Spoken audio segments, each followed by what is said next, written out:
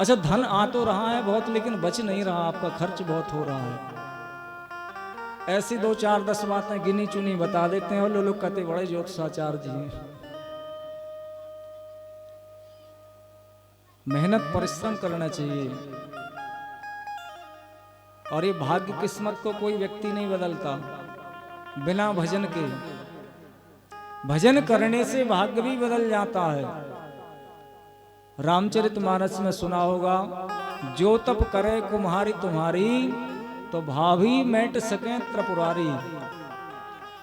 भजन में तो महाराज बड़ी शक्ति होती है। गर्गाचार्य जी ने कहा आज सबसे अच्छा मुहूर्त है। बोले अच्छा, गाय चराने तो जाओ, परंतु छोटे बछड़ों को लेके जाओ, अभी तुम छोटे हो। मैया यशोदा ने तिलक कर दिया, जितने ब्रजवासी बालक थे ना सबको बुला लिया। कन्हैया ने कहा भैया अपने अपने घर से कुछ व्यंजन लेके चलो, मध्याह्न भोजन वहीं करेंगे। सभी सखा अपने अपने घर से कुछ ना कुछ व्यंजन लेके आए और आज वन की ओर जा रहे हैं। बोले कृष्ण कन्हैया लाल की जय। ऐसी दिव्य सुंदर झांकी है। सूरदास महाराज ने भगवान की प्रत्येक लीला का भजन लिखा है। भजन आप लोगों ने सुना है। और छोटी छोटी गैया छोटे छोटे ग्वाल, छोटो सो मेरो मदन गोपाल। सीताराम। अब भैया भजन गाएंगे तो कथा बहुत पीछे रह जाएगी। अब इतने से ही संतुष्ट हो, ज्यादा सुनना हो तो वृंदावन आना। आगे आगे गैया पीछे पीछे ग्वाल, बीच में मेरो मदन गोपाल। भगवान की दिव्य झांकी आगे गाय हैं, ग्वाल वाल चल रहे हैं। कंस को पता लगाओ, उसने एक दैत्य को भेज दिया वन में, अघासुर। महाराज अजगर सर्प के रूप में आया और उसने एक जबड़ा तो अपना जमीन पर रखा, दूसरा आकाश में। विशाल विशाल उसके दांत और इतनी कोमल जीवा, एकदम राजमार्ग की तरह, बहुत विशालकाय था वो तो।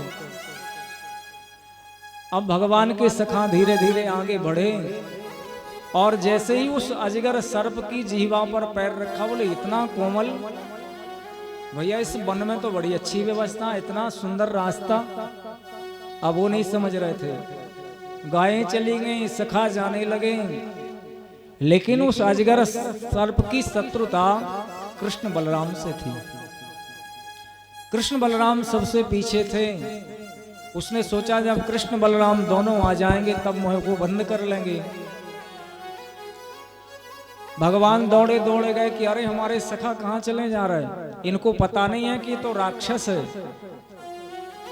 सखाओं को रुका, रे भैया भैया रुक जाओ, कहाँ जाते हो, मृत्यु के मुख में जा रहे हो। जैसे ही कृष्ण बलराम अंदर पहुंचे हैं, उसने जैसे मुंह बंद करना चाहा, भगवान ने इतना विशाल स्वरूप बनाया कि उसके 2 भाग कर दिए। सखाओं ने कहा कन्हैया अच्छा हुआ तू आ गया ना, हम तो मृत्यु को प्राप्त हो जाते। भगवान ने कहा मित्रों, थोड़ा सा बढ़ो, कहा मित्र तुम लोग आगे तो बढ़ रहे हो, लेकिन हमको इतना पीछे कर दिया। देखो जब हम कोई भी कार्य करें और सोचें कि अब हम ही कर रहे हैं और भगवान को पीछे कर दें, समझो कि वो व्यक्ति मृत्यु के मुख में जा रहा है।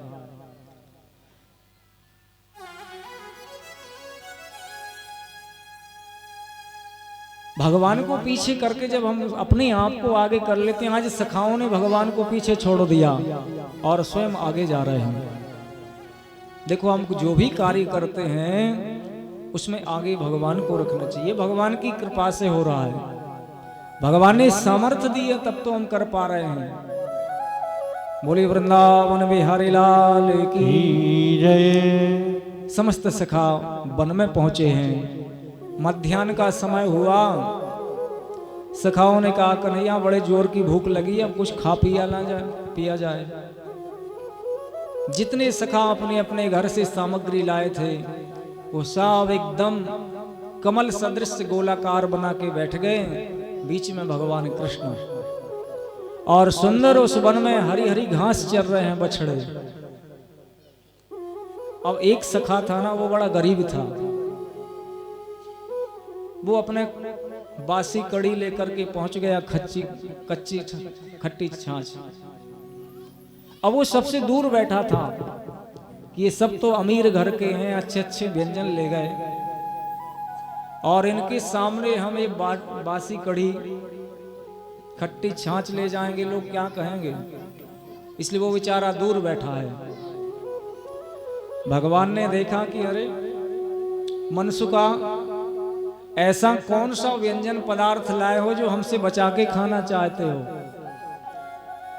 मनसुका के मन में बड़ी ग्लानि हो रही थी। अच्छा, भगवान तो किसी पदार्थ के भूखे नहीं हो, तो भाव के भूखे होते हैं। भगवान समझ गए कि अपने आप को हल्कापन महसूस कर रहा है कि हम गरीब हैं। भगवान ने कहा, अरे भैया यहीं साथ में खाएंगे, आप दूर क्यों हो। ऐसा कौन सा व्यंजन है जो देना नहीं चाहते। मनसुका बोल पड़ा, कन्हैया आज दधि मीठो मदन गोपाल, आज का दही बड़ा मीठा है, हम अकेले खाएंगे। भगवान समझ गए कि ये क्यों पास में नहीं आ रहा, इसके पास कुछ है नहीं। भगवान खड़े हुए और सोचा कि मनसुका को पकड़ के लाए, यहीं बैठा लेंगे। अब उसने सोचा कि कन्हैया के आने से पहले ही खा जाएं हम पूरा। तो बासी कड़ी छाछ उसने मुंह में डाल ली। अब मुंह में डालना तो सरल, लेकिन एक साथ निगल जाना तो मुश्किल है। आधी वस्त्रों पर बह गई, आधी होठों पर। भगवान उसी को चाटने लगे। अब ब्रह्मा जी को पता था कि भगवान का अवतार हुआ है वृंदावन में, चलो दर्शन करके आए। ब्रह्मा जी दर्शन करने आए थे, तो क्या देखा, ये कैसा परमात्मा हो सकता है, ब्रजवासियों का जूठा खा रहा है,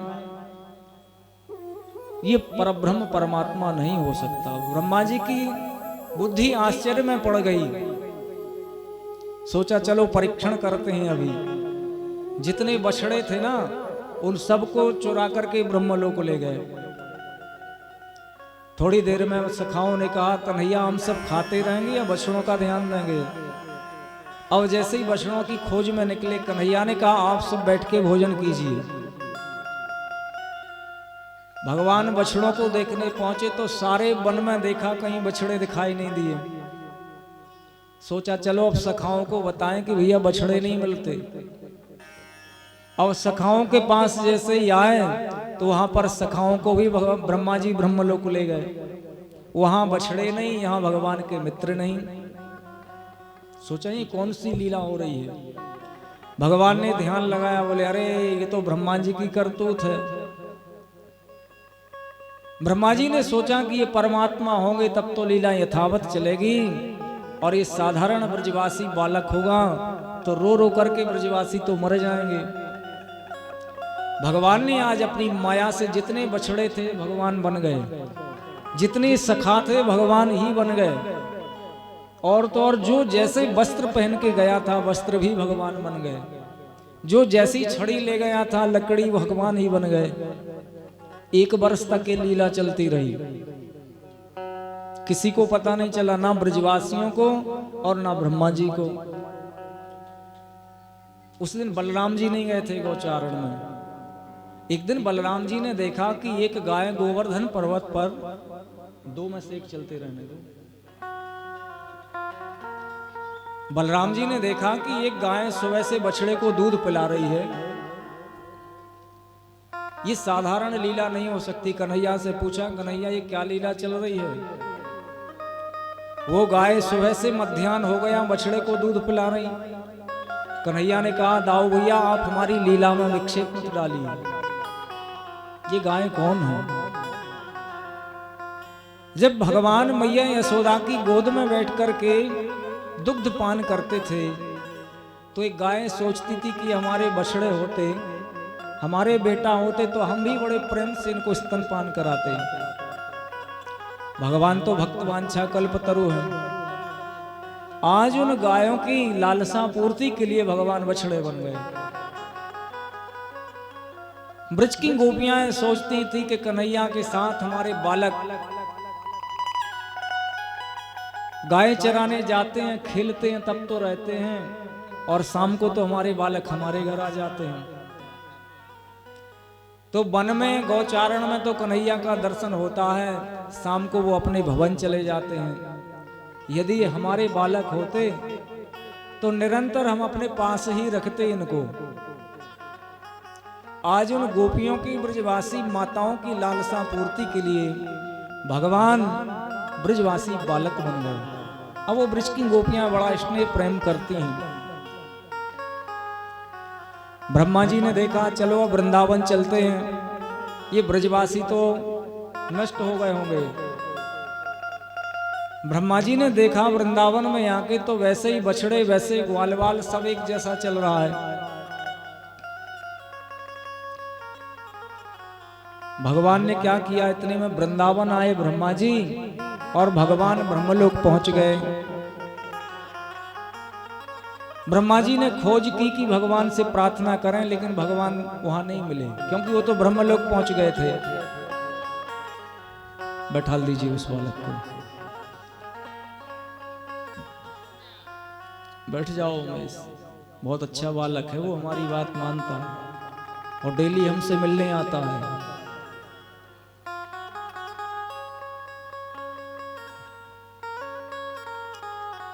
अब भगवान ब्रह्मा बन के ब्रह्मलोक में पहुंच गए। द्वारपालों से बोल दिया कोई नकली ब्रह्मा आए तो धक्का मार के भगा देना। अब भगवान तो ब्रह्मा की सिंहासन पर बैठे। ब्रह्मा जी ने कहा कि चलो भाई वृंदावन में नहीं मिले तो अपने लोक पहुंच जाएं। अब जैसे ही ब्रह्मा जी ब्रह्मलोक पहुंचे तो दरवाजे पर पहुंचे, द्वारपालों ने भगा दिया। अरे कहां जाते हो? ब्रह्मा जी ने सोचा इनको क्या हो गया हमारे द्वारपालों को, हम आते हैं तो खड़े होकर के स्वागत करते हैं और आज ही हमसे इस तरह से अभद्रता से व्यवहार करते हैं। ब्रह्मा जी ने कहा तुमको पता नहीं है मैं इस लोक का मालिक हूं ब्रह्मा।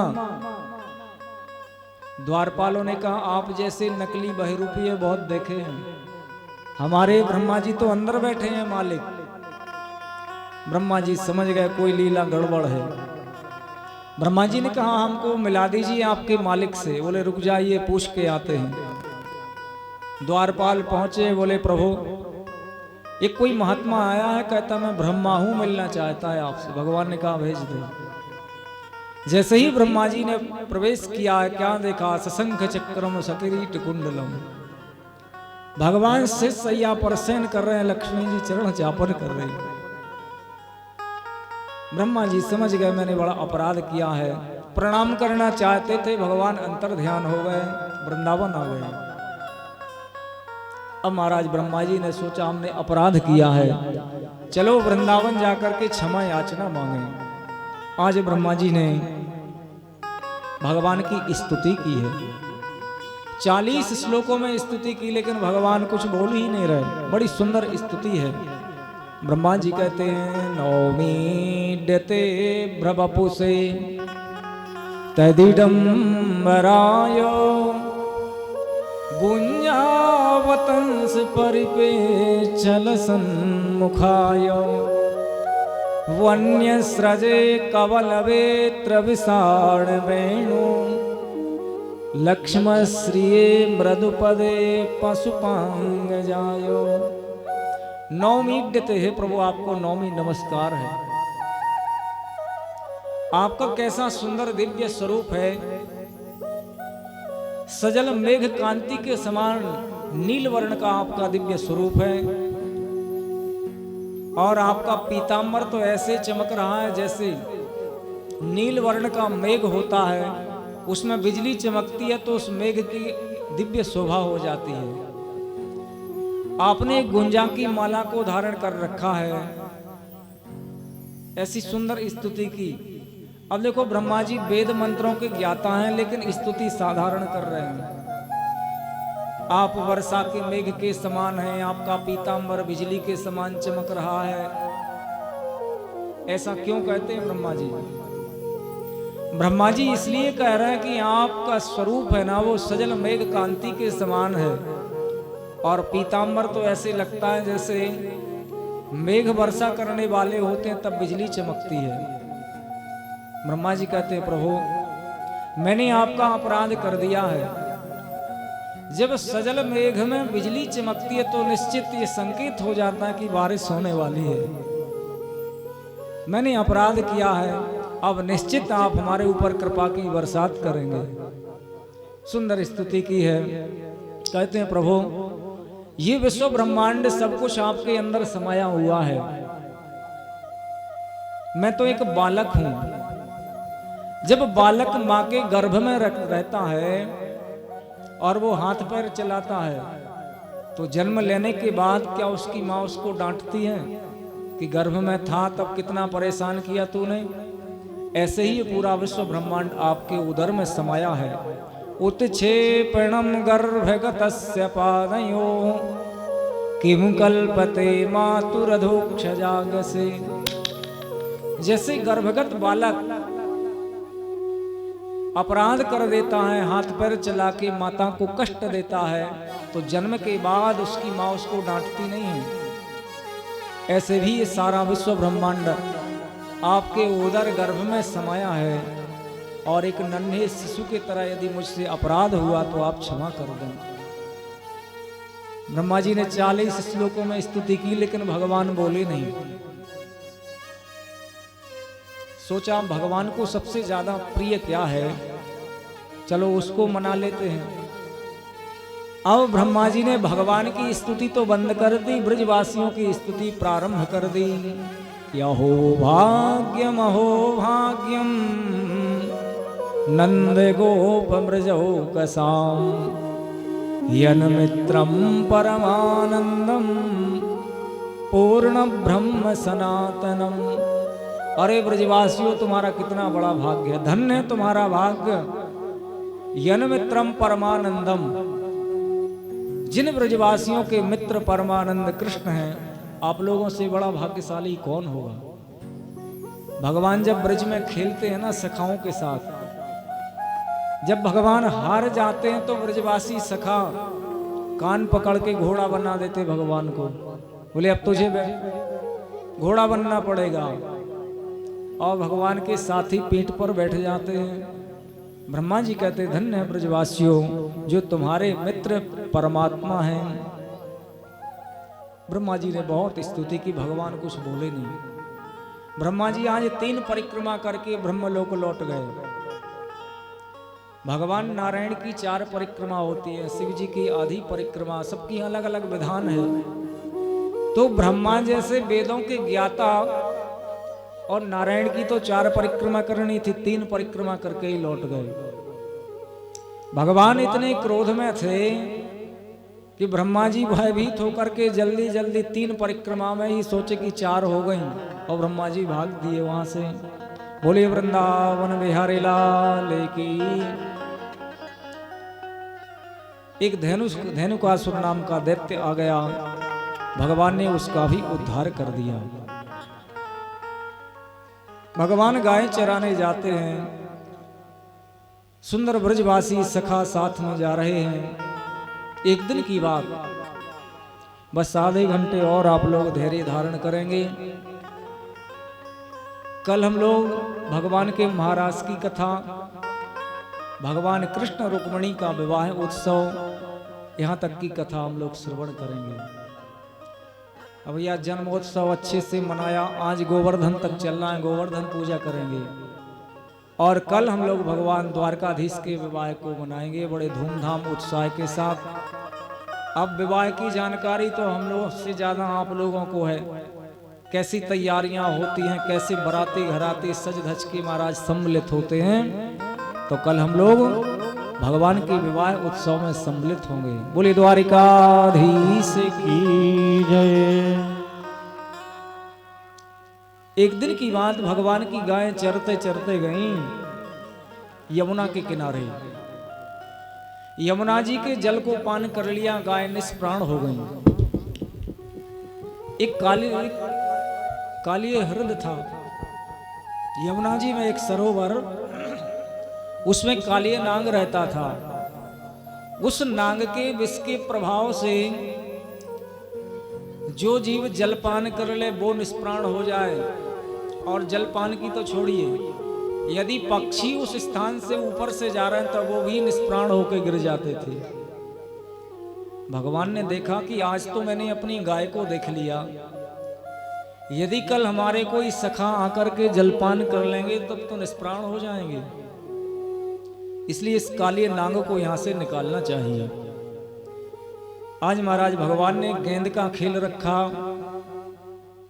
समस्त सखा मंडली को निमंत्रित किया। बोले चलो आज हम लोग गेंद का खेल खेलेंगे। अच्छा, आज भगवान इस खेल में बलराम जी को नहीं ले गए। बलराम जी को क्यों नहीं ले गए भगवान? क्योंकि भगवान जानते हैं कि वो शेषनाग है जिसको हम दंडित करने जा रहे हैं। आज जिसको दंडित करने जा रहा है वो कालिया नाग है और बलराम जी शेषनाग हैं। यदि हमने कालिया नाग को दंडित किया तो ऐसा ना हो शेषनाग बलराम जी पक्षपात करने लगे, जातिवाद खड़ा हो जाएगा, वो मारने नहीं देंगे। इसलिए बलराम जी को मत ले चलो। आज भगवान सखाओं को लेकर के यमुना किनारे पहुंचे हैं। मनसुका की गेंद महाराज एक दो गेंद खिलाई होगी मनसुका ने, और भगवान ने भी थोड़ा सा, भगवान का कौतूहल था, वो तो अभिनय था।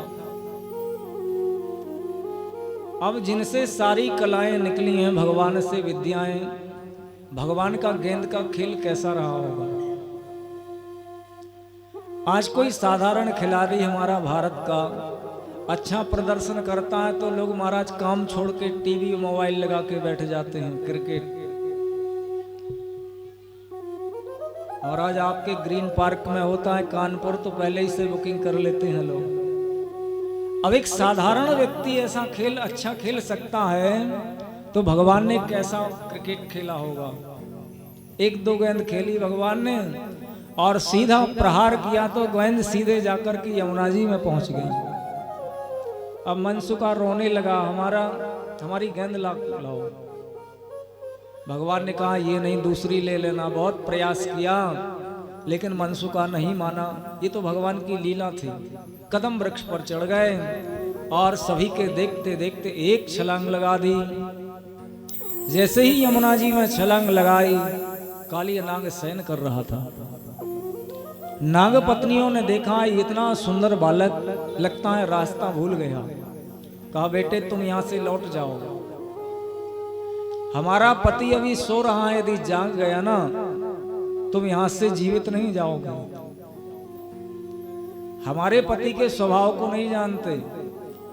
भगवान ने कहा तुम्हारे पति को जगाने ही आए हैं, और आप जो बोलती हो कि हमारे पति के स्वभाव को नहीं जानते, तो तुम्हारा पति अभी हमारे प्रभाव को नहीं जानता।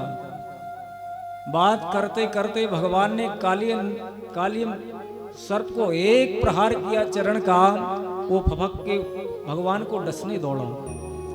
भगवान ने एक छलांग लगाई, उसके मस्तक पर आ गए और जो फण उठाता है कालिया नाग, भगवान उसी पर अपने चरण का प्रहार करते हैं। सारे फण रक्त रंजित हो गए, सारे फण रक्त रंजित हो गए। नाग पत्नियां आ गईं, क्षमा याचना मांगी। प्रभु हम अपने सौभाग्य की भीख मांगते हैं, आप क्षमा कर दीजिए। भगवान ने कहा चिंता मत करो, इसको निष्प्राण नहीं करते हम, इसको यहां से चला जाना चाहिए।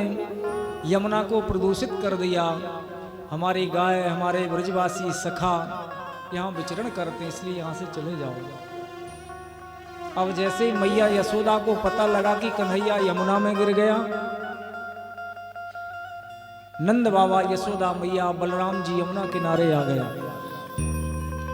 सखाओं ने समझाया है मैया को, बाबा को, बाबा कन्हैया एकदम ठीक होगा। आज कालिया नाग पर बैठ करके भगवान आए।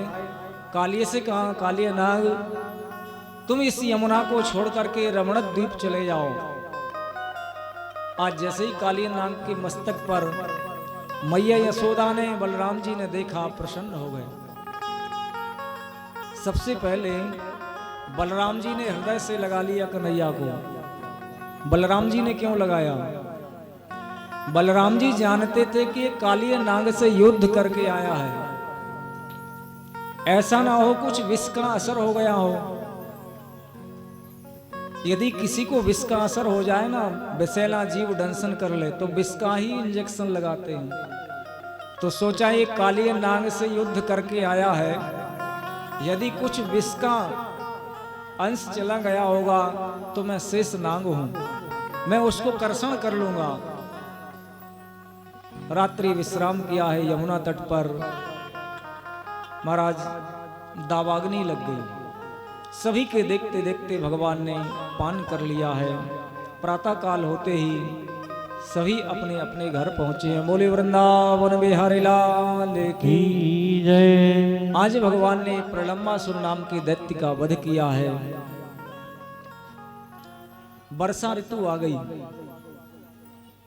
वर्षा ऋतु के आते महाराज मेघ उमड़ उमड़ के आने लगे, गर्जना करने लगे, कोयल पक्षी कुहकने लगे। ऐसे लगता था कि अब तो वर्षा होने ही वाली है। ऐसा सुंदर दृश्य, कभी सूर्य छुप जाता है, कभी निकल आता है। मेघ दौड़ दौड़ करके ऐसे लगता था कि मेघों में होड़ लगी है, बादल इधर से उधर दौड़ रहे हैं। सुंदर सुंदर बारिश होती है। वर्षा ऋतु निकलने के बाद अब महाराज हेमंत और शरद ऋतु आ गई। शरद ऋतु के आते ही महाराज सरोवरों का जल स्वच्छ हो गया। ऐसी हरी हरी घास सुंदर, भगवान अपनी गायों को वन में ले जाते हैं, गौचारण करते हैं। वर्षा ऋतु का सुंदर वर्णन किया है। आज भगवान अपनी सखाओं को लेकर के गाय चराने के लिए वन में फिर से जा रहे हैं। भगवान ने बड़ा सुंदर स्वरूप बनाया है। आज ऐसी वेणु बजाई भगवान ने, जब भगवान बांसुरी बजाते हैं ना तो किसी गाय को बुलाना नहीं पड़ता, गायें दौड़ दौड़ करके आ जाती हैं। भगवान की बांसुरी को सुनते ही जड़ चेतन हो जाता है, चेतन जड़ हो जाता है।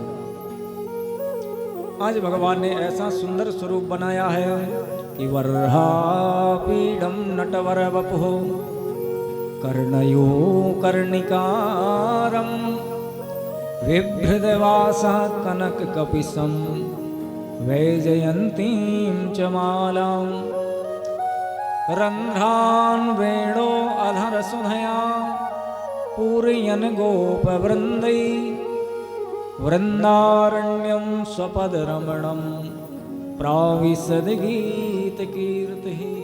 वर्हापीडम, वर्र मतलब मोर, मोर आपीड मतलब मुकुट। आज भगवान मोर मुकुट धारण किए हुए हैं। नटवर वपुः, जैसे मदारी नट होता है ना, एकदम सज धज के अपना अभिनय प्रस्तुत करता है। आज भगवान ऐसे सज गए। कर्ण योग कर्णिकारम, आज भगवान ने अपने कानों पर कन्नेर के फूलों को सजाया है और वैजंती माला को धारण किया। वृक्ष के नीचे खड़े होकर के त्रिभंग ललित गति से और सुंदर बांसुरी को बजाया। जब भगवान बांसुरी बजाते तो चारों तरफ से गायें घेर लेती हैं। सुखदेव जी कहते हैं, परीक्षित, जिस वन में भगवान ने गायों को लेकर के प्रवेश किया है, आज उस वन की शोभा वैकुंठ से भी ज्यादा हो रही है। वृंदारण्यम स्वपद रमणम प्राविशद गीत कीर्तिः। आप लोग कहेंगे वैकुंठ से ज्यादा वृंदावन की शोभा कैसे हो जाएगी? देखो, वृंदावन वैकुंठ में भगवान कभी नंगे पैर नहीं चलते, चरण पादुका है। कहीं जाना हो तो गरुड़ जी खड़े हैं। लेकिन वृंदावन में जब तक भगवान रहे कभी चरण पादुका धारण नहीं की। गाय चराने गए नंगे पैर, तो जो सौभाग्य वृंदावन की भूमि को प्राप्त है वो वैकुंठ को भी नहीं है। आज भगवान बांसुरी बजा रहे हैं वन में। जब भगवान वृंदावन में रहते हैं नंद भवन में, तो ब्रजवासियों को बड़ा सुख मिलता है। और जब गायें चराने जाते हैं तो व्रज की गोपियां कहती हैं, अरे श्याम सुंदर, तुम गायें चराने जा रहे, शाम तक लौटोगे, एक क्षण युग के समान बीतता है। भगवान गायें चरा रहे हैं वन में, और वही आंखों देखा हाल गोपियों का ऐसा चिंतन हो गया कि भगवान वन में क्या लीला कर रहे हैं, उसका दर्शन घर बैठे ही करती हैं। जैसे लाइव टेलीकास्ट आप लोग कथा यहां सुन रहे हैं, और जो यहां नहीं है वो यूट्यूब के माध्यम से अपने घर सुन रहे हैं। तो भगवान के सखा तो भगवान कृष्ण के साथ हैं। वो गोपियां घर में तन्मय हो जाती, चिंतन करती हैं। एक गोपी कहती है, धन्य है, हमसे ज्यादा तो इन आंखों का फल क्या है। बोले, अक्षणवताम फलमिदं न परम विदामः सख्या पशु ननु विवेशयतोर्वयस्यै। एक गोपी कहती है, इन आंखों का फल तो इतना ही है कि हमारे मुरली मनोहर श्याम सुंदर जब गायें चरा कर के लौट रहे हो, उनका दर्शन हो जाए। एक गोपी कहती कि अरे हमें तो लगता है हमसे ज्यादा इस ये वेणु कितनी भाग्यशाली है। गोप्यः किमाचरदयं कुसुमलं स्वेणुर दामोदराधर सुतामपि गोपिकानां भुङ्क्ते स्वयं यद् वसिष्ठरसं हृदन्यो हृष्यत्वचोसमुमुचुस्तरवो यथार्यः। एक गोपी कहती है, इस बांसुरी ने क्या पुण्य किया होगा। इस बांसुरी को चैन नहीं है, ना तो ये सोने देती है ना जागने देती है। भगवान गोपियां कहती हैं, आखिर इस बांसुरी को भगवान छोड़ते क्यों नहीं। वन में जाते हैं तब ले जाते हैं, शयन करते हैं तो पास में ही रखते हैं। गोपी से ईर्षा, गोपियों को बांसुरी से ईर्षा हो गई। बांसुरी ने कहा, देखो हमारे तप को तो देखो, हम वन में उत्पन्न हुए और फिर हमारे ऊपर आरा चला गया, बांस को काट के लाए, फिर गरम गरम सरिया उसके पेट में डाला गया और फिर साथ साथ छिद्र कर दिए। सर्दी गर्मी को सहन करने के बाद और मैं भगवान की प्राण प्रिया बन गई। एक बार ढोलक में और बांसुरी में वाद विवाद होने लगा। ढोलक ने कहा, देखो भगवान बांसुरी को कितना मानते हैं, पास में रखते हैं, और जो भी आता है, ढोलक ने कहा हमें तो पीट के ही जाता है। ढोलक एक ऐसा यंत्र है ना, जो ना जानता हो वो भी बजा लेता है, दो चार हाथ तो मार ही देता है। ढोलक ने कहा, मेरी इतनी पिटाई क्यों होती है। बांसुरी ने कहा, देखो हमारे अंदर 7 छिद्र हैं, 7 छिद्र होते हैं ना, सारे गा मा पा धा नी सा। तो बोले हम जैसे हैं, हमने अपने अवगुणों को भगवान के सामने प्रकट कर दिया, और तुम्हारे 2 छिद्र है, तुमने ढक के रखा है। भगवान कहते, मोह कपट छल छिद्र न पावा। कपटी व्यक्ति मुझे पसंद नहीं है। निर्मल मन जन सो जो मोहि भावा, मोहि कपट छल छिद्र न भावा। हम जैसे हैं परमात्मा के सामने हैं।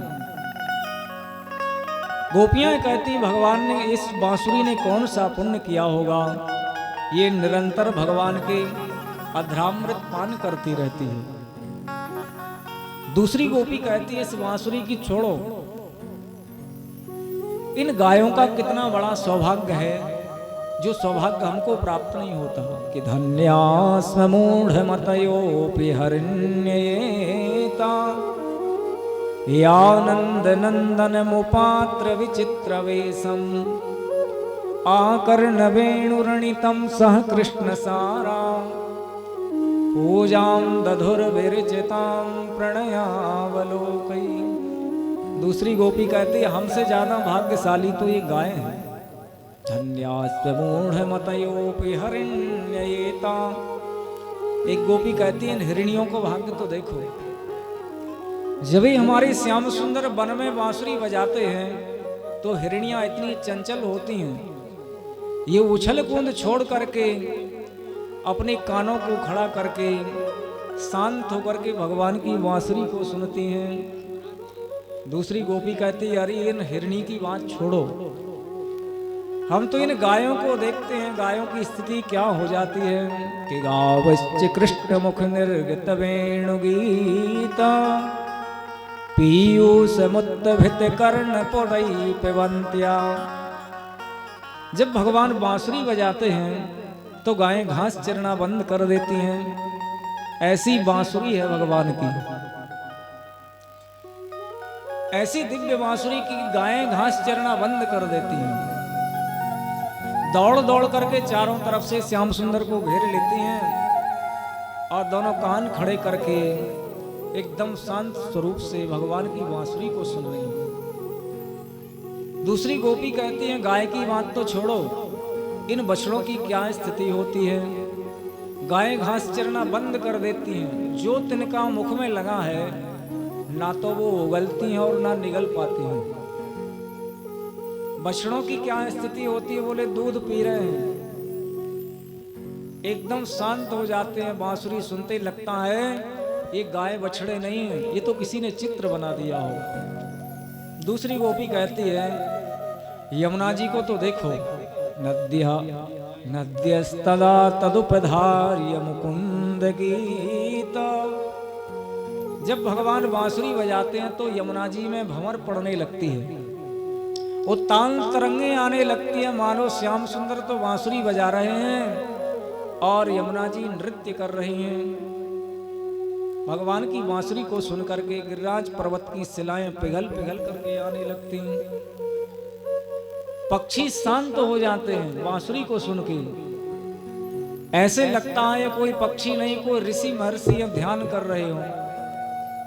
ऐसी दिव्य भगवान की वेणुगीत का वर्णन किया है। सुखदेव जी कहते हैं परीक्षित, आज भगवान ने हेमंत ऋतु आ गई कि हेमंते प्रथमे मासी नंद ब्रज कुमारी कहा चेरु हविष्यम भुंजान कात्यायनी अर्चन व्रतम। हेमंत ऋतु में ब्रज की गोपियां कृष्ण को पति रूप में प्राप्त करने के लिए प्रातःकाल यमुना जी जाती हैं, कात्यायनी देवी का पूजन करती हैं कि कात्यायनी महामाये महायोगिन्यधीश्वरी नंद गोप सुतम देवी पति में कुरुते नमः। हे कात्यायनी मैया, नंद बाबा के जो बेटा कृष्ण है वो हमको पति रूप में प्राप्त हो।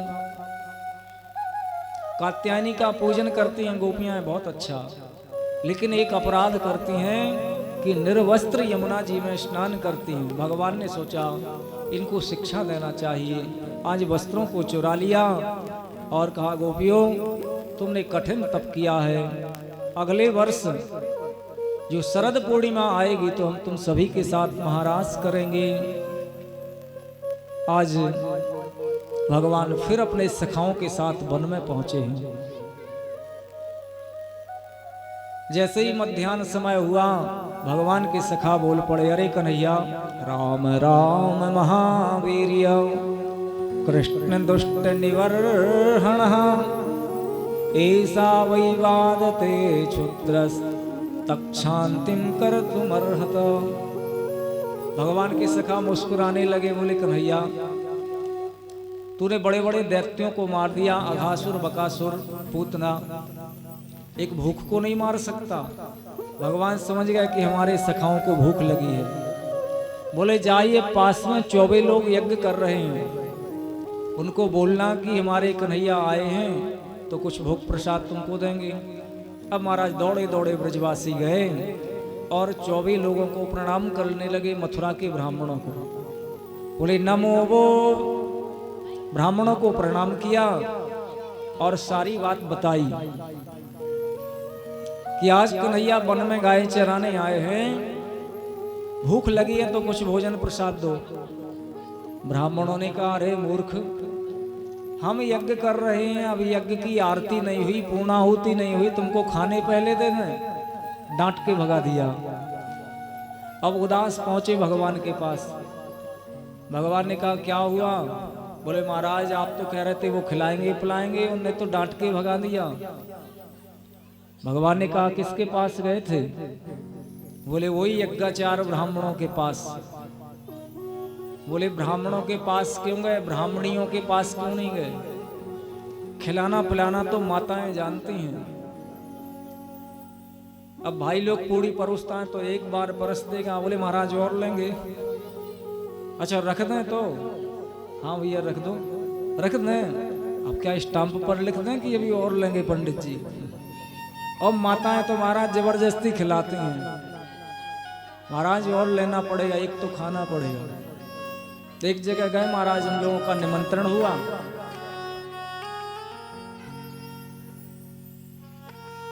लेट पहुंचे तो मैया इतनी भोली थी कि बहुत सारे व्यंजन बना लिए।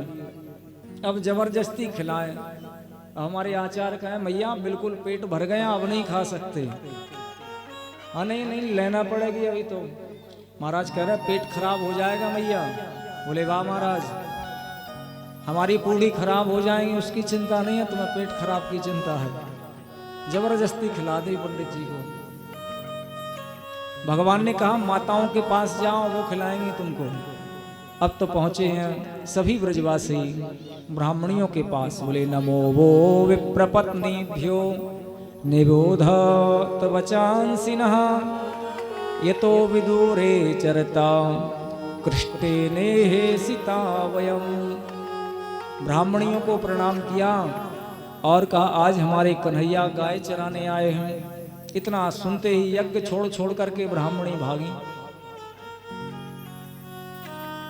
सुंदर जितने व्यंजन बनाए थे सब लेकर के पहुंची हैं। भगवान का दर्शन किया, भोग लगाया।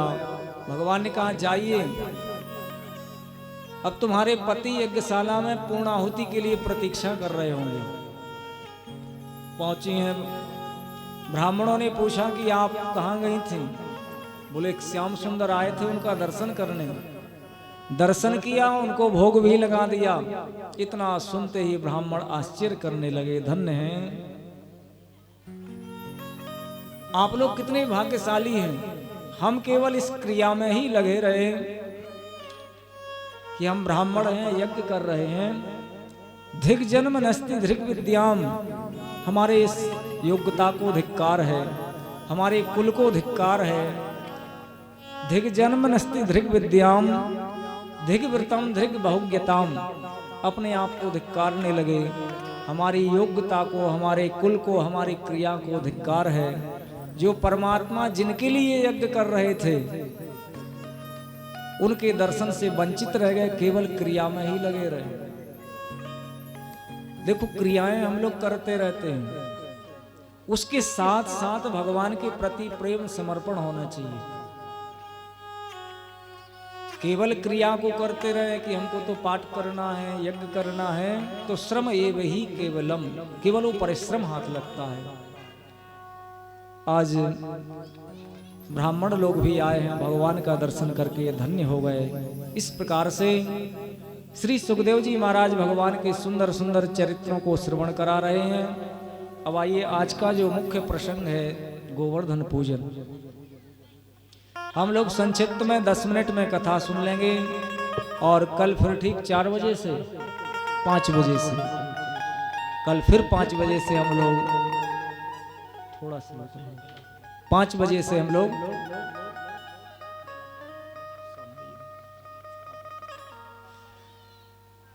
पाँच बजे से हम लोग उपस्थित होंगे। महाराष्ट्र की कथा, गोपी उद्धव संवाद और बड़े धूमधाम के साथ, दिव्य भव्य झांकी के साथ भगवान द्वारकाधीश का विवाह उत्सव मनाएंगे। अभी रुक जाओ, पहले कथा हो जाए। और परसों की एक और विशेष सूचना, कल कथा भगवान की विवाह तक को परसों प्रातः 9 बजे से 11 बजे तक होगी। परसों कथा का विश्राम है। जिन्होंने 6 दिन कथा नहीं सुनी वो अंतिम दिवस कथा सुनते हैं ना, तो संपूर्ण कथा सुनने का फल प्राप्त होता है। आप लोग कहेंगे ये अच्छी बात है महाराज बता दी, अब 7वें ही दिन आया करेंगे, पूरी कथा का फल लेना है। ये बात इसलिए कही जाती है कि कम से कम 6 दिन नहीं सुने तो 1 दिन ही सुन लो, 1 घड़ी आधी घड़ी फल तो मिलता है। पूरी अनुक्रमणिका सुनाते हैं, लेकिन विचार करें जिन श्रोताओं ने बड़े प्रेम से 7 दिन कथा सुनी है, जो आनंद का अनुभव उनको हो गया, क्या लास्ट दिन 2 घंटे में आनंद हो सकता है? तो परसों हम लोग प्रातः 9 बजे से 11 बजे तक हम लोग कथा करेंगे। इसके बाद हमारे आचार्य जी यज्ञ कराएंगे, पूर्णाहुति होगी, फिर आगे की सूचना यजमान परिवार कैसे क्या भोजन प्रसाद है वो आप लोगों को सूचना मिल जाएगी। बोली वृंदावन बिहारी लाल की जय। सुखदेव जी कहते हैं परीक्षित बस 10 मिनट बैठ जाएं, अब कोई खड़े नहीं होंगे। भगवान अपि तत्रैव बलदेवेन संयुतः अपश्यन्निवसन् गोपान् इंद्रियाग्रतोद्यमम्। आज भगवान ने बलराम जी को लेकर के गिरिराज गोवर्धन पूजा करने का मन में विचार बनाया। एक दिन की बात, आज नंद भवन में अनेक प्रकार के व्यंजन बन रहे हैं, जहां देखो वहीं भट्टी जल रही। कन्हैया ने कहा मैया से, मैया आज ये कौन सा पर्व आ गया जो इतने सारे व्यंजन बन रहे, कौन सा त्योहार है? मैया ने कहा बेटा इतना टाइम हमारे पास नहीं, तू बाबा से पूछ ले। अब कन्हैया बाबा के पास पहुंच गए, बोले बाबा आज ही कौन सा पर्व उत्सव आ गया? बाबा ने कहा कन्हैया हम लोग वर्ष में एक बार इंद्र का पूजन करते हैं। इंद्र का पूजन करते ही इंद्र प्रसन्न होता है, बारिश करता है, हरी भरी घास होती है, अनाज होता है, हमारी गाय और हम सब लोग प्रसन्न रहते हैं कि पर्जन्यो भगवान इंद्र मेघास्तस्यात्ममूर्तयः तेभि वर्षन्ति भूतानां प्रीणिनं जीवनं पयः। पर्जन्य भगवान इंद्र वर्षा करता है, सुंदर हरी भरी घास होती है, अनाज होता है, हम ब्रजवासी और गाय सब स्वस्थ रहते हैं। कन्हैया ने कहा बाबा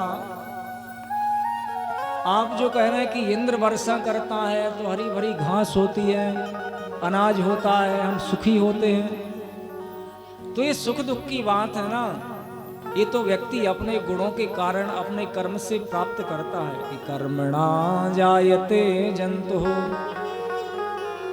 कर्मणैव विलीयते सुखम दुखम भयम क्षेमम कर्मणैवाभिपद्यते।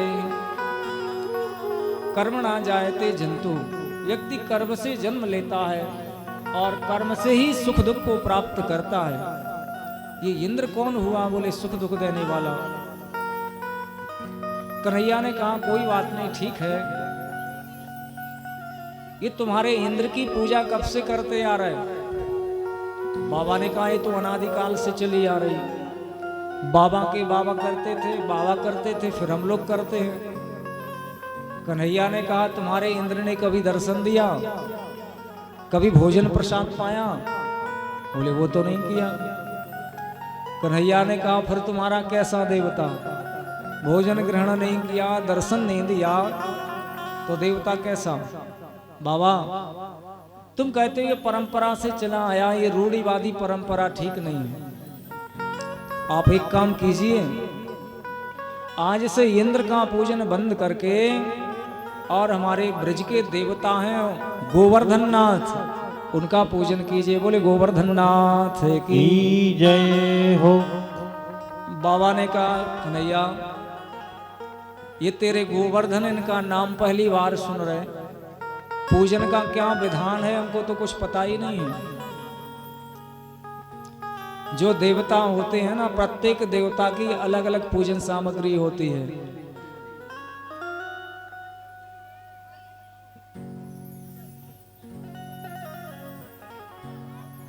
गोवर्धन नाथ की जय। कहाँ ले जा रहे हैं आचार्य जी? गिरिराज जी को अभी यहीं रख लीजिए, पूजा के बाद रख देना, अभी सामने ही रख लीजिए। बैठ जाइए बैठ जाइए, 10 मिनट कथा सुन लें।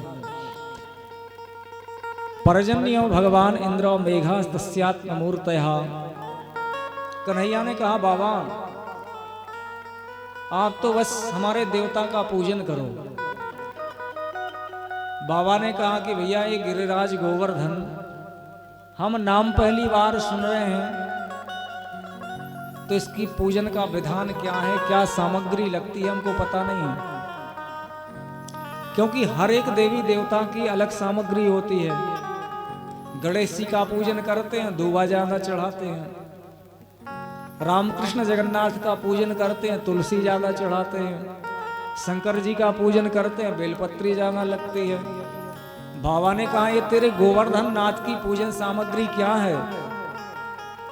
कन्हैया ने कहा हमारा देवता तो भोग प्रधान है, जितने ज्यादा से ज्यादा व्यंजन बना सकें उनको ले चलिए। अब महाराज प्रत्येक ब्रजवासी के घर में बने हुए थे, और आज ब्रजवासी अपने अपने घर से व्यंजन लेकर के इंद्र का पूजन बंद करके और आज गोवर्धन की ओर जा रहे हैं। क्या 56 भोग बना? गोवर्धन को क्या बना? 56 भोग नहीं बना। हम लोग बोलते हैं ऐसा कि 56 भोग बने। भागवत जी में 56 भोग नहीं लिखा। यदि 56 बोलते हैं तो सीमित कर देते हैं। भागवत जी में तो लिखा है कि पच्यंताम विविधा पाका, अनेक प्रकार के व्यंजन बने हैं जिनकी गणना असंभव थी। खाद्य पेय चोषलेय चतुर्विध अन्न है, वो सारे व्यंजन कच्चे मीठे पक्के चरपरे जितने व्यंजन होते हैं सारे बने हैं। 56 बोल करके तो हम एक सीमित कर देते हैं। अब महाराज समस्त ब्रजवासी गोवर्धन की ओर जा रहे हैं। नंद बाबा यशोदा मैया गर्गाचार्य जी को आगे करके और जितनी भोग सामग्री थी उसको लेकर के गोवर्धन जा रहे हैं। आइए हम लोग भी एक भजन के माध्यम से गोवर्धन चलते हैं, गिरिराज जी का पूजन करेंगे, परिक्रमा करेंगे, आरती करेंगे। बोले गोवर्धन नाथ की जय। भजन चलेगा, उसी बीच में हमारे यजमान परिवार के लोग गिरिराज जी का पूजन कर लेंगे। उसके बाद सभी पूजन कर लेंगे, किसी को मना नहीं है, परंतु थोड़ी शांति बनाए रखेंगे। आचार्य जी पूजन करेंगे। चलिए गोवर्धन। कौन कौन चलना चाहता है गोवर्धन? हाथ खड़ा करें भैया। एक बार जीवन में गिरिराज जी की परिक्रमा जरूर लगाना। हमारे वृंदावन में ब्रजमंडल के अधिष्ठात्र देवता कृष्ण में और गोवर्धन में कोई अंतर नहीं है, इसलिए एक बार परिक्रमा करना। बोले गोवर्धन नाथ की जय। मैं तो गोवर्धन को जाऊं मेरी मीर नाय माने मेरो मनवा। मैं तो गोवर्धन को जाऊं मेरे वीर नाय माने मेरो मनवा। मैं तो गोवर्धन को जाऊं मेरी मीर नाय माने मेरो मनवा। मैं तो गोवर्धन को जाऊं मेरी मीर नाय माने मेरो मनवा। नाय माने मेरो मनवा, नाय माने मेरो मनवा, नाय माने मेरो मनवा। मैं तो गोवर्धन को जाऊं मेरे वीर नाय माने मेरो मनवा। मैं तो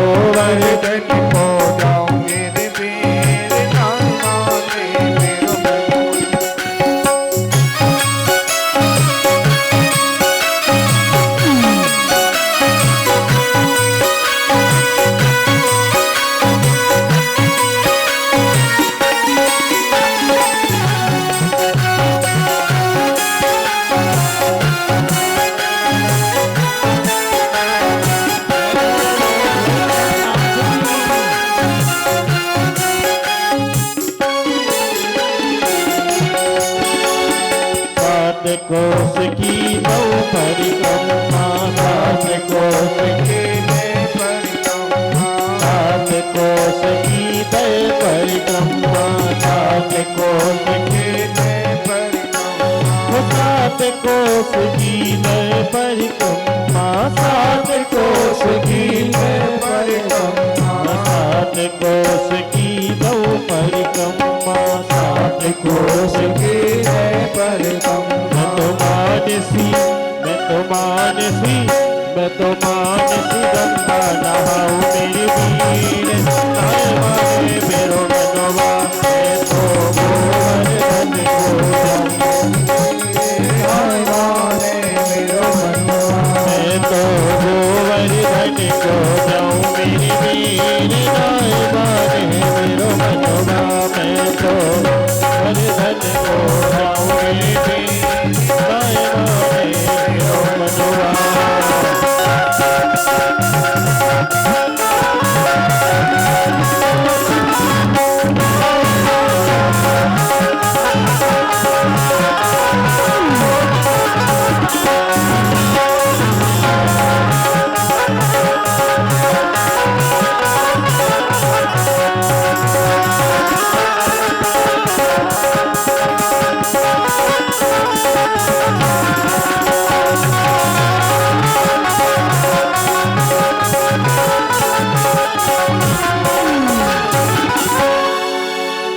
सात शेर की करुण कढ़ैया, सात शेर की करुण कढ़ैया, सात शेर की करुण कढ़ैया, सात शेर की करुण कढ़ैया, सात शेर की करुण कढ़ैया, सात शेर की करुण कढ़ैया। मैं तो संतन न्योत निभाऊं मेरे वीर, नाय माने मेरो मनवा, मैं तो गोवर्धन को जाऊं मेरे वीर, नाय माने मेरो मनवा।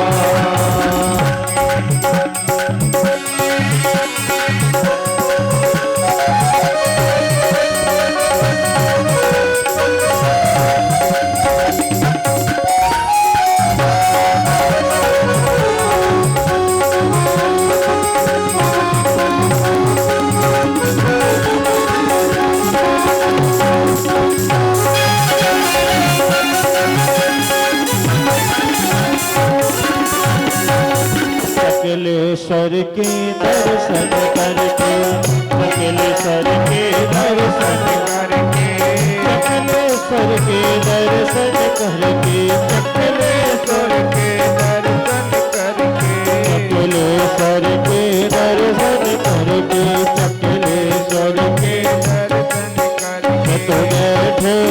मैं तो बैठ सड़क पे पाऊं मेरी वीर, नाय माने मेरो मनवा, मैं तो गोवर्धन को जाऊं मेरी वीर, नाय माने मेरो मनवा, मैं तो गोवर्धन को जाऊं मेरी वीर, नाय माने मेरो मनवा, वीर नाय माने मेरो मनवा, सखीरी नाय माने मेरो मनवा। गोवर्धननाथ की समस्त ब्रजवासी कृष्ण कन्हैया नंद बाबा गोवर्धन पहुंचे हैं। गिरिराज जी का अभिषेक कराया है। गर्गाचार्य जी ने सुंदर मंत्र बोल करके वैदिक विधि से पूजन कराया। इसके बाद में भोग लगाया है। भोग सामग्री रख दीजिए। ओम नाभ्यासीदंतरिक्ष गुंशिष्णोर्देवो समवर्तता पदभ्यां भूमृदिशा गोत्र तथा लोकान् अकल्पयन्। नैवेद्यम निवेदयामि। ये स्टैंड अलग कर लो तुम्हारे कैमरे का। गिरिराज जी को और यहाँ लगाओ, यहीं रख दीजिए इसको साइड में। उसको हटा लो, गिरिराज जी को यहाँ करो, यहीं रख दो इसको। सुंदर 56 भोग, अनेक प्रकार के व्यंजनों का भोग लगाया है। गिरिराज जी को षोडशोपचार विधि से पूजन कराया है। सभी के देखते देखते आज गिरिराज जी प्रकट हो गए। बोले गोवर्धननाथ की जय, गिरिराज धरण की जय। अब जितने व्यंजन बने थे भगवान पाने लगे। सखाओं ने कहा, अरे कन्हैया, ये इंद्र का पूजन कब से बाबा पर बाबा करते आ रहे थे, तेरे देवता ने पहले बार में ही दर्शन दे दिए। एक सखा बोला, तेरा देवता कितने दिन का भूखा था, प्रसाद बचने देगा कि सब खा जाएगा? कन्हैया ने कहा, चिंता मत करो, प्रसाद कभी कम नहीं पड़ता, सबने प्रसाद पाया है। अब तो महाराज इंद्र को मालूम पड़ा। नारद जी ने कहा, इंद्र उदास क्यों हो? बोले, क्या बताएं, प्रत्येक वर्ष ब्रजवासी आते थे पूजा करने और इस बार तो कोई आया ही नहीं। नारद जी ने कहा, अब आएगा भी नहीं। क्यों? बोले, नंद बाबा का छोरा ना कृष्ण, उसने तुम्हारा अनादिकाल से चला आया पूजन बंद करा दिया, और ब्रज के कोई देवता हैं गोवर्धन, उनका पूजन शुरू कर दिया है।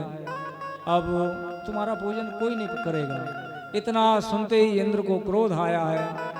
प्रलयंकालीन समय जो मेघ वर्षा करते हैं, उन वर्ष मेघों को आदेश दे दिया, स्थूणा स्थूणा वर्ष धारा, हाथी के सूंड के समान वर्षा की धारा गिरने लगी, आंधी चलने लगी, तूफान चलने लगा, ओलावृष्टि होने लगी। अब ब्रजवासी थर थर कांपने लगे। कन्हैया, तेरे कहने से हमने इंद्र का पूजन बंद किया, गोवर्धननाथ का पूजन शुरू किया। ऐसे लगता है इस वर्षा से तो प्रलय आ जाएगी, तू रक्षा कर। भगवान ने कहा, चिंता मत करो। सभी के देखते देखते भगवान ने बाएं हाथ की अनामिका से गिरिराज जी को धारण कर लिया। नाम पड़ गया गिरधारी। बोले गिरधारी भगवान की जय। 7 कोष के गिरिराज जी को धारण किया है। समस्त ब्रजवासी गौ माता भगवान की दिव्य झांकी का दर्शन कर रहे हैं। आइए हम लोग भी एक भजन और उसके बाद आरती। अर्पण करके तन मन धन, चलो जी चले सब गोवर्धन। अर्पण करके तन मन धन, चलो जी चले सब गोवर्धन। अर्पण करके तन मन धन, चलो जी चले सब गोवर्धन। गोवर्धन नाथ की अर्पण धन, चलो जी चले सब गोवर्धन। राधे राधे बोल के, श्यामा श्यामा बोल के, देंगे परिक्रमा डोल के। अर्पण करके तन मन धन, चलो जी चले सब गोवर्धन। अर्पण करके तन मन धन, चलो जी चले सब गोवर्धन। गोवर्धन नाथ की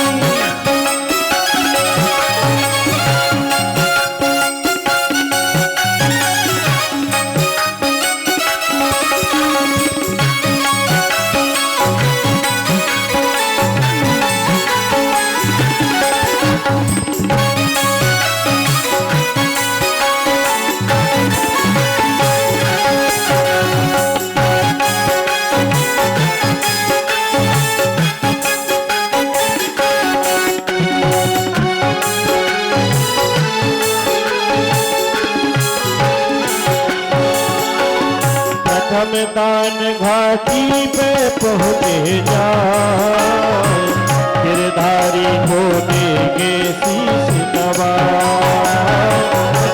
दान घाटी में पहुँचे जाए, गिरधारी को देंगे शीश नवाए। प्रथम दान घाटी में पहुँचे जाए, गिरधारी को देंगे शीश नवाए। हम दान घाटी में पहुँचे जाए, गिरधारी को देंगे शीश नवाए। दंडवती कर मन में डबल, परिक्रमा की तैयारी कर। सब दान करें दिल खोल के, सब दान करें दिल खोल के, देंगे परिक्रमा डोल के। अर्पण करके तन मन धन, चलो चले सब गोवर्धन। अर्पण करके तन मन धन, चले सब गोवर्धन। नाथ की जय हो।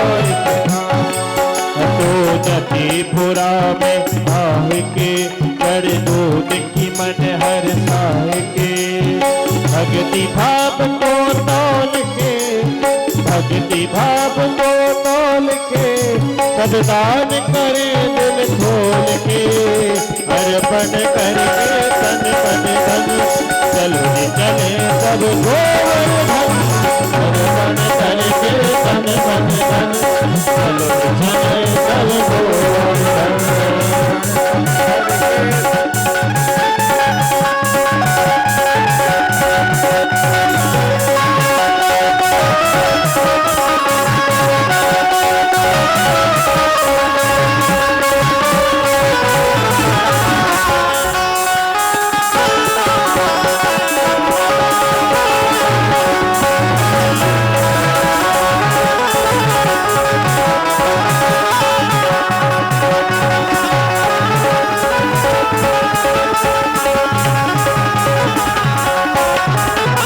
बोले गोवर्धन नाथ की जय हो युवराज धरण की जय हो। आज सभी ब्रजवासियों ने गोवर्धन का पूजन किया और हम आप सब ने यहाँ पर गिरिराज जी की दिव्य झांकी के साथ पूजन किया है। जैसे ब्रजवासियों की रक्षा गोवर्धन नाथ ने की, ऐसे हम सबकी रक्षा गोवर्धन नाथ करें। कल ठीक 5 बजे से हम लोग कथा प्रारंभ करेंगे। गोवर्धन की कथा आज, कल महाराज की कथा, गोपी उद्धव संवाद और भगवान के विवाह तक की कथा को हम लोग श्रवण करेंगे। आइए अब गिरिराज जी की आरती। बोले गोवर्धन नाथ की जय। आरती के बाद सभी लोग गिरिराज जी का प्रसाद लेकर के जाएंगे, कोई भी बिना प्रसाद के न जाए। हे गिरधर तेरी आरती गाऊं, हे गिरधर तेरी आरती गाऊं, हे गिरधर तेरी आरती गाऊं, हे गिरधर तेरी आरती गाऊं, आरती गाऊं प्यारे आपको मनाऊं, आरती गाऊं प्यारे आपको मनाऊं, हे गिरधर तेरी आरती गाऊं, हे गिरधर तेरी आरती गाऊं, चरणों से निकली है गंगा प्यारी, चरणों से निकली है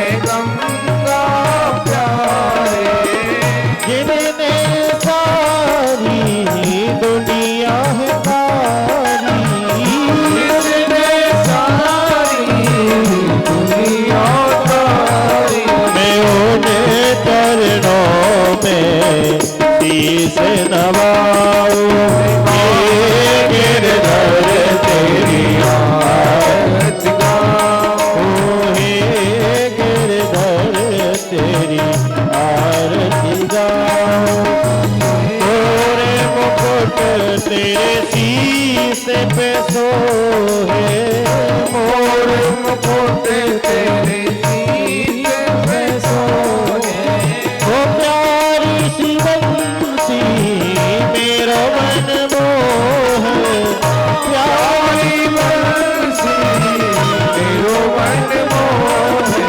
युगल छवि पे बलिहारी में जाऊं, हे गिरधर तेरी आरती गाऊं, संग सोहे रस भानु दुलारी, संग सोहे रस भानु दुलारी, ललिता विशाखा सखिया प्यारी, ललिता विशाखा सखिया प्यारी, मेवास सदा वृंदावन पाऊं, हे गिरधर तेरी आरती गाऊं, प्रेमा के बिहारी तेरी आरती गाऊं, प्रेमा के बिहारी तेरी आरती गाऊं, कर्पूर गौरव करुणावतारम संसार सारम